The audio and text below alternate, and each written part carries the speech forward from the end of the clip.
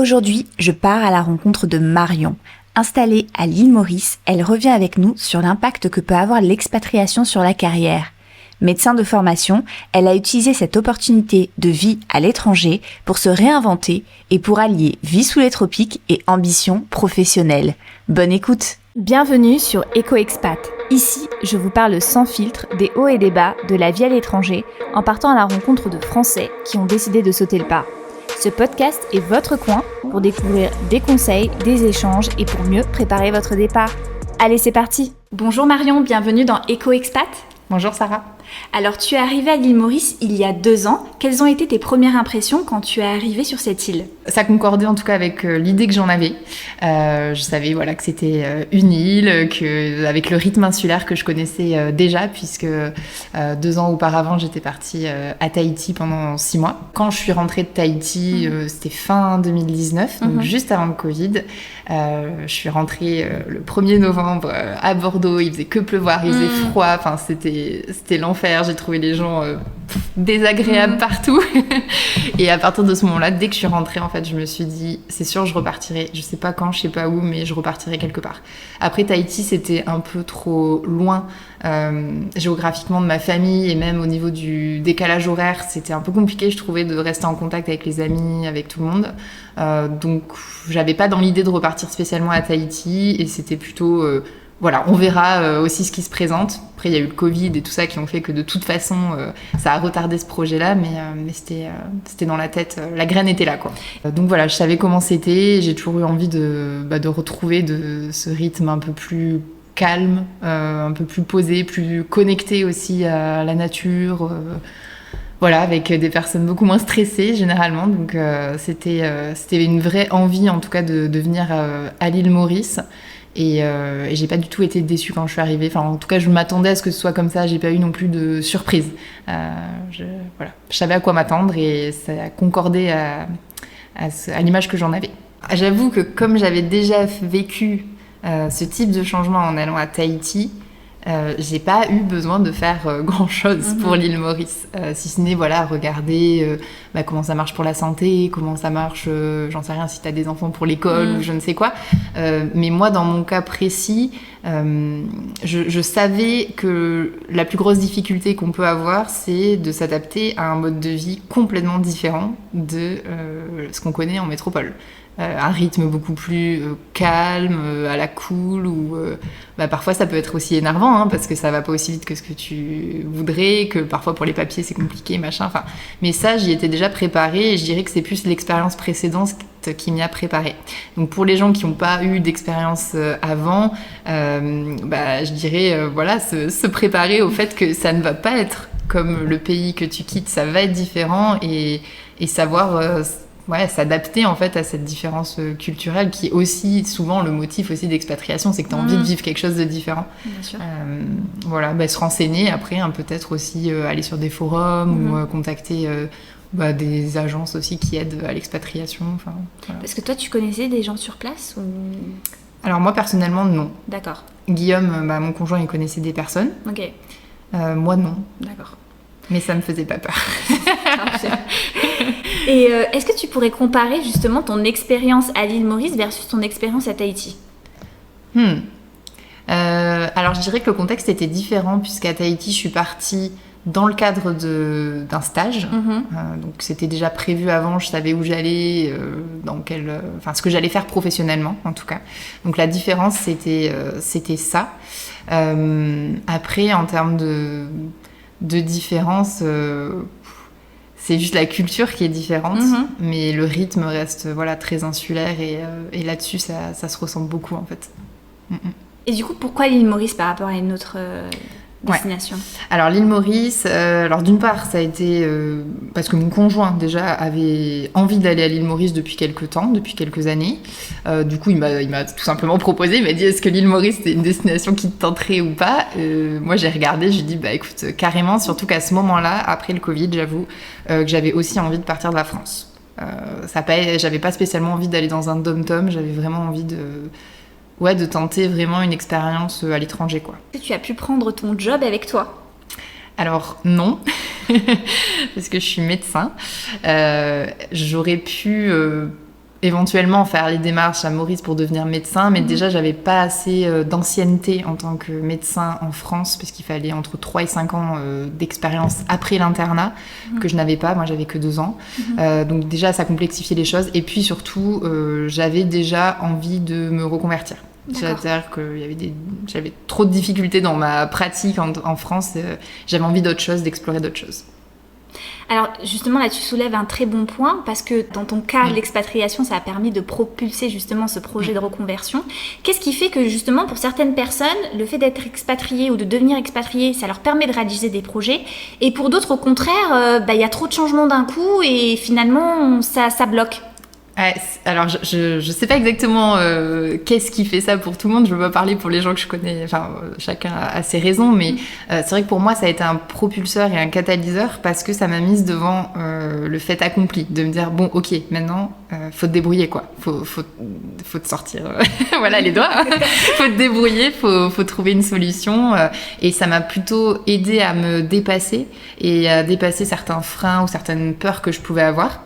Mais je pense que les personnes qui viennent un peu en suivant le conjoint ou la conjointe, selon le cas de figure, même si souvent c'est plutôt la conjointe qui suit. Je pense que là c'est plus compliqué parce que tu pars sans avoir vraiment de réel projet à toi professionnel et ça c'est difficile. Et puis en plus il faut savoir par exemple qu'à Maurice c'est plus compliqué aussi avec les écoles qui ferment tôt, les modes de garde qui sont un peu différents et en tout cas de ce que je vois, souvent j'ai l'impression que voilà ils sont un peu forcés en tout cas de rogner sur la partie professionnelle parce que c'est moins facile d'organiser la vie familiale. Donc je pense qu'il y a ce truc aussi, si tu pars sans avoir déjà pensé à un projet professionnel, c'est un peu plus compliqué et la vie sur place fait que ça ne facilite pas forcément si tu as notamment une famille, je pense. Quelles activités tu aimes pratiquer à l'île Maurice ?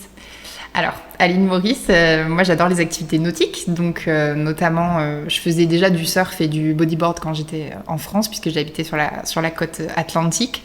Et ici, du coup, je peux pratiquer ces activités-là, même si ça n'a pas été forcément très simple au début. Ça reste une petite île, donc il faut faire un peu attention à respecter aussi les règles déjà établies et le fait qu'il y a quand même des locaux, etc. Et c'est normal, j'ai envie de dire, faut aussi montrer un peu patte blanche.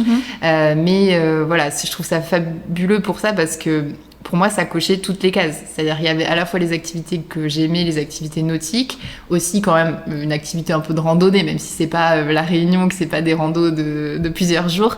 J'aime bien ce côté aussi où on peut aller balader un peu dans la montagne, etc. Donc ça alliait tous ces côtés-là. Ok.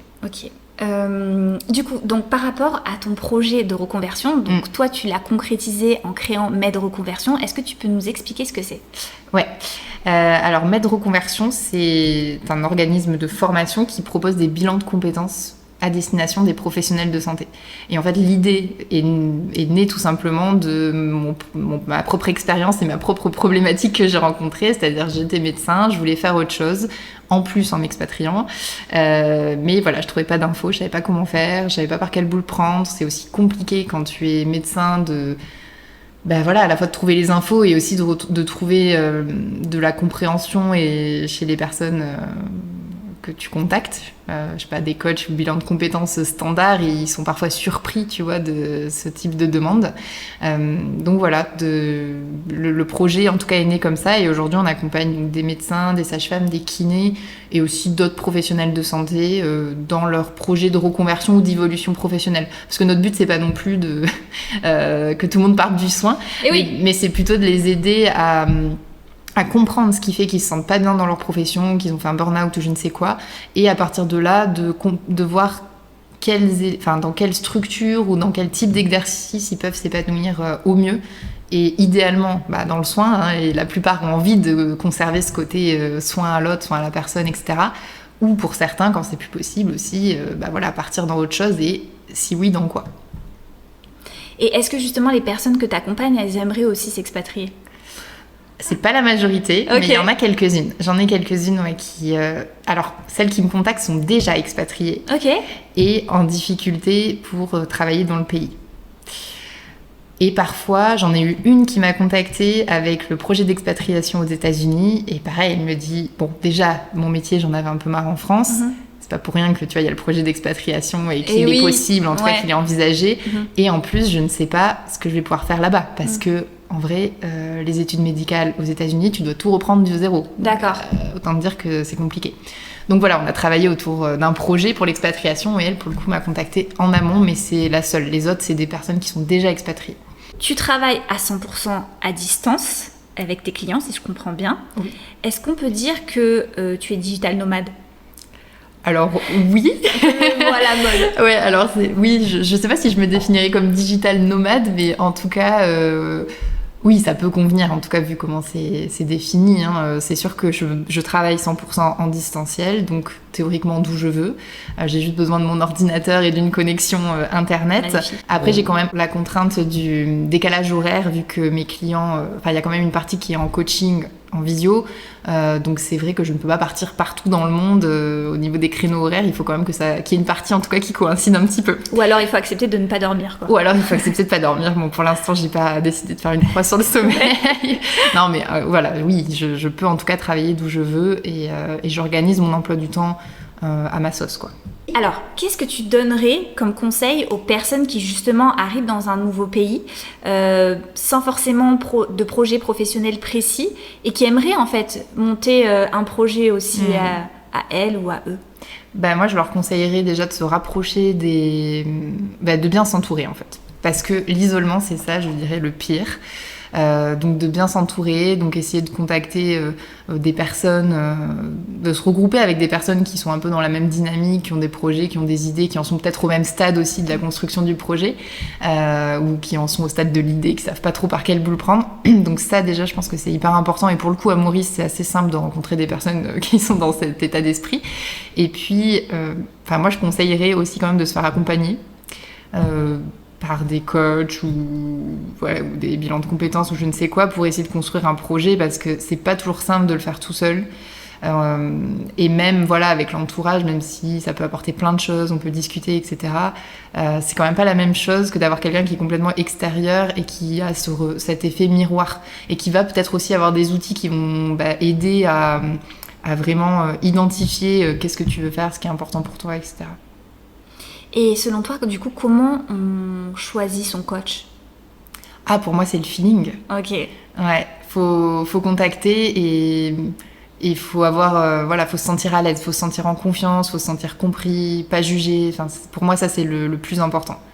Et bon, regardez aussi, pour moi, c'est important, je pense quand même qu'il y ait une certification ou du moins qui soit affiliée à des écoles de coaching reconnues, aux associations de coaching. Voilà, ça me paraît important aussi. Là, au bout de 2 ans, si tu dresses un bilan de ton expatriation, qu'est-ce que tu dirais ? Alors, je dirais que ça a été un formidable boost et que c'est maintenant, au bout de 1 an et demi, 2 ans, que je commence à me sentir à fond à l'aise dans cette expatriation. D'une part parce qu'il y a le côté pro qui s'est calé l'an dernier, qui apporte une certaine quand même sécurité, même si le côté entrepreneurial fait que tu ne sais jamais de quoi demain sera fait, mais il y a quand même quelque chose qui est un peu sécurisé là-dessus, qui n'a pas été toujours confortable avant. Et puis c'est aussi maintenant que je commence à m'être refait un vrai groupe d'amis, un vrai socle. Parce qu'avant, tu rencontres plein de monde. Aussi, c'est ça, dans l'expatriation, tu rencontres plein de personnes, très sympas, etc. Mais ça prend un peu de temps avant d'arriver à vraiment te refaire un cocon. Voilà. Alors, c'est un très bon point. Je vais rebondir sur 2 choses. Par rapport, effectivement, au fait qu'il faut un certain temps pour pouvoir s'adapter à son pays d'accueil. Alors, tu n'étais pas venue à l'île Maurice avant, moi non plus. Mais il y a certaines personnes qui ont besoin de venir avant dans le pays dans lequel elles s'expatrient pour mieux s'adapter, pour mieux pouvoir anticiper. Alors, sur ce point-là, c'est un très bon conseil, mais je mettrais quand même un petit bémol, c'est-à-dire que je trouve que venir en vacances pendant 2 semaines, c'est pas suffisant. En fait, moi, personnellement, par exemple, dans toutes mes expatriations, il m'a fallu au moins 3 mois pour vraiment savoir si j'aimais ce pays et si je me voyais vivre ici pendant plusieurs années. Je trouve aussi que c'est simple, mais quand tu vas à l'épicerie et qu'en fait tu trouves même pas tes produits, t'es tellement dans un brouillard aussi mental que c'est difficile aussi de voir de la clarté. Donc je me reconnais bien quand tu dis qu'effectivement là tu retrouves une certaine stabilité. Par rapport à l'amitié aussi, ça c'est très intéressant comme point, effectivement. Même si, l'île Maurice, je trouve qu'il y a quand même moins de turnover que dans certaines villes d'Asie. C'est vrai que voilà, tu dois te reconstituer aussi un espèce de cercle amical de confiance et aussi de personnes qui vont peut-être pas partir dans 2 mois parce que, tu vois, ça te met dans une certaine, finalement... instabilité amicale dont tu n'as pas forcément besoin quand tu viens d'arriver dans un nouveau pays et que tu as envie de retrouver des repères. Du coup, comment tu as rencontré tes amis ? Ouais, alors c'est hyper varié. Alors, je dirais que ceux que j'ai depuis le début et qui restent jusqu'à maintenant et vraiment on a construit quelque chose sur les 2 ans, je les ai rencontrés au surf. Ok. De façon assez improbable, c'est-à-dire que moi j'avais pris un cours de surf à Tamarin et elle, en l'occurrence, avait loué une planche de surf. Bref, je sors de mon cours de surf et le prof dit à la personne, ah bah tiens, discute avec Marion, elle vient de faire un cours avec moi, elle va te dire combien c'est bien, etc. et qu'il faut que tu prennes des cours et tout. Bon, bref, on a discuté et en fait, magie un peu de Maurice où tu cherches un peu, assez rapidement, en fait, tu peux devenir quand même pote avec des personnes. Et donc, il nous propose de faire une sortie catamaran le week-end juste après avec eux, il leur restait de la place dans le groupe, etc. Et donc, on y est allé et on est devenus très amis à partir de là. Et après, par leur intermédiaire, on a rencontré aussi pas mal de Mauriciens, avec qui on est amis maintenant. Et puis, après, on fait de la danse aussi avec mon conjoint. Donc, on a rencontré pas mal de personnes à la danse. Danse latine, on fait de la bachata. Okay. Donc ça, c'était aussi un moyen de rencontrer des personnes. Voilà. Puis après, les groupes aussi, un peu d'entrepreneurs, etc. Je rencontre des gens. Trop bien. Donc c'est facile de rencontrer des gens à l'île Maurice, même si c'est une petite île et que... Ouais, je trouve c'est vrai que c'est facile de rencontrer des gens de ton âge et tout. C'est pas... Exactement. Ça, c'est assez simple, je trouve. Merci beaucoup, Marion. Merci en tout cas pour cette expérience. Si cet épisode vous a été utile, vous pouvez laisser un 5 étoiles sur Spotify, nous suivre sur Instagram et pour aller plus loin, télécharger notre quiz pour savoir si vous êtes prêt à l'expatriation. À bientôt!